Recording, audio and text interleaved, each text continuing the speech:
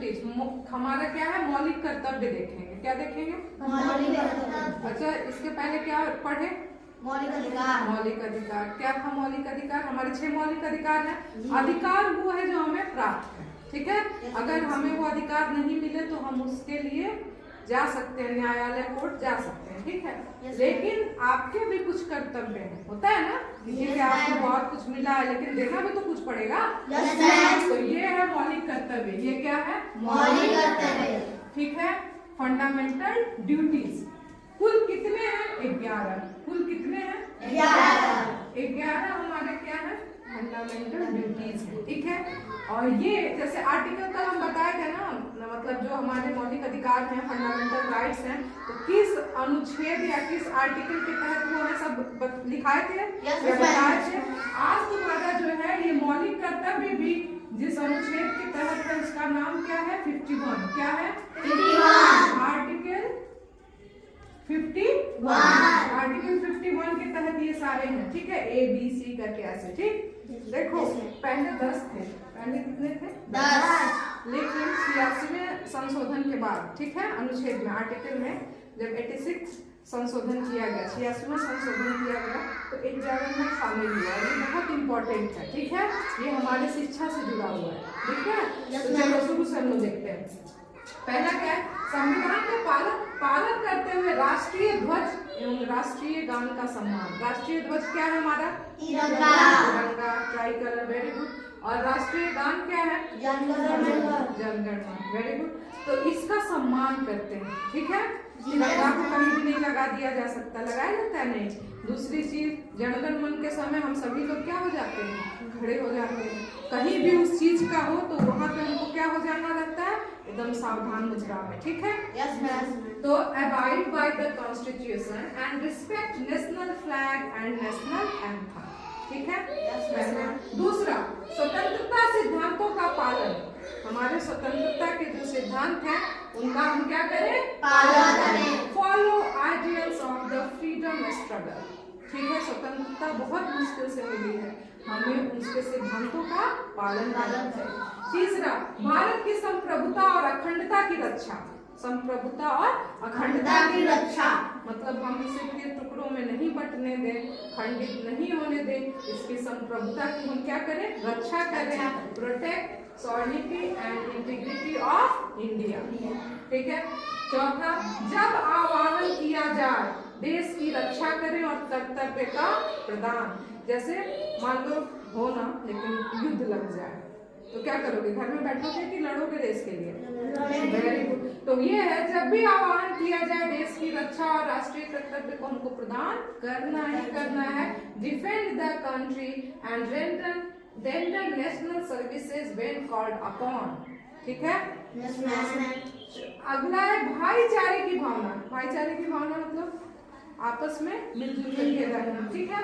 भाईचारे की भावना से रहना कि कोई पराया नहीं है, सभी लोग अपने हैं, हम सभी में इंसानियत होनी ही चाहिए। तो भाईचारे की भावना, developing the spirit of common brotherhood, developing the spirit of common brotherhood.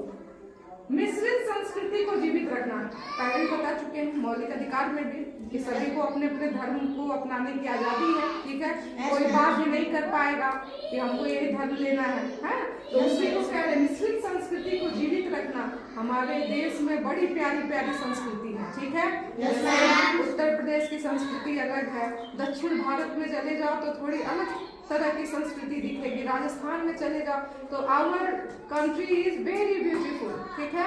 By nature, by culture बहुत सुंदर है। तो हम इसको कहेंगे मिश्रित संस्कृति को जीवित रखें, preserve composite culture of the country. Composite मतलब मिला जुला, ठीक है। प्राकृतिक पर्यावरण की रक्षा करना, प्राकृतिक पर्यावरण, अनायास पेड़ नहीं काटना है, पर्यावरण को जीवित रखना है। पेड़ पौधे जितना हो सके वो हम लगाएं, यानी पर्यावरण को हम क्या रखेंगे? प्राकृतिक पर्यावरण की रक्षा करना। Preserve natural environment, preserve natural environment, ठीक है। वैज्ञानिक सोच विकसित करना, जैसे आज बहुत हो रहा है हमारे देश में, मतलब साइंटिस्ट बहुत अच्छे अच्छे काम कर रहे हैं वैज्ञानिक, तो उस सोच को डेवलप करो, ठीक है।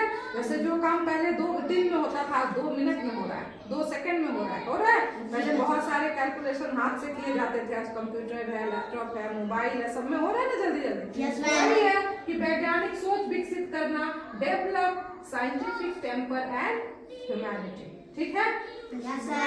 सार्वजनिक संपत्ति को सुरक्षित रखना, बहुत अच्छा पॉइंट है ये। आपको इस कर्तव्य को तो मतलब बिगाड़ के रखे हुए हैं लोग, जैसे हमारे क्या ट्रांसपोर्ट्स के, ट्रेन है, बस है, रोड पे खंभे पे लाइट लगी हुई होती हैं, तो जो उपद्रवी तत्व होते हैं क्या होते हैं, निकाल ले जाते हैं।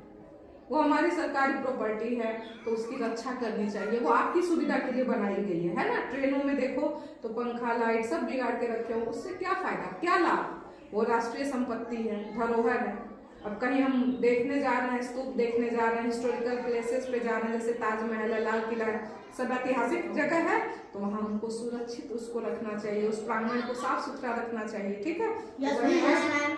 सार्वजनिक संपत्ति को सुरक्षित रखना, safe guard public property and avoid violence, मतलब अहिंसा ना करें, किसी चीज से छेड़छाड़ ना करें कि हम हिंदू हैं तो चलो ये चीज तोड़ दें, हम मुस्लिम है तो चलो वो चीज तोड़, ऐसा कुछ नहीं, ठीक है। सभी के रिलीजन को रिस्पेक्ट करना चाहिए और उस चीजों को सुरक्षित रखना चाहिए, ठीक। उत्कृष्टता के लिए प्रयास, और अच्छा कर सके, बहुत अच्छा कर सके, इसका प्रयास हो। Strive for excellence in all spheres of life, उत्कृष्ट करें, जैसे तुम पढ़ रहे हो और अच्छा पढ़ें और अच्छा करें और आगे जाएं, उत्कृष्ट करोगे ना। Very good. सभी माता, अच्छा देखो ये 11वां जो है ये बहुत अच्छा है और सबको तुम लोग को पढ़ना चाहिए, प्रेरित भी करना चाहिए आगे। कोई बच्चा अनपढ़ ना रह जाए, कोई बच्चा अशिक्षित ना रह जाए। सभी माता पिता तथा अभिभावकों की जिम्मेदारी है कि वे अपने 6 से 14 वर्ष के बच्चों को विद्यालय भेजें शिक्षा के लिए। अनिवार्य शिक्षा के तहत ये शामिल भी है। Duty of all parents guardians to send their children in the age group of 6 to 14 years to school, विद्यालय अवश्य भेजें ताकि वो क्या कर सके, पढ़ सके। पढ़ाई बहुत जरूरी है, ठीक है। Yes, ma'am. कोई अशिक्षित ना रहे, कोई अनपढ़ ना रहे, इसलिए स्लोगन है ना, Yes, ma'am. सब पढ़ें सब बढ़ें, right. Yes, ma'am. Very good. इसे एक बार ध्यान से देख लें ताकि आप इसको लिख सकें और पढ़ सकें।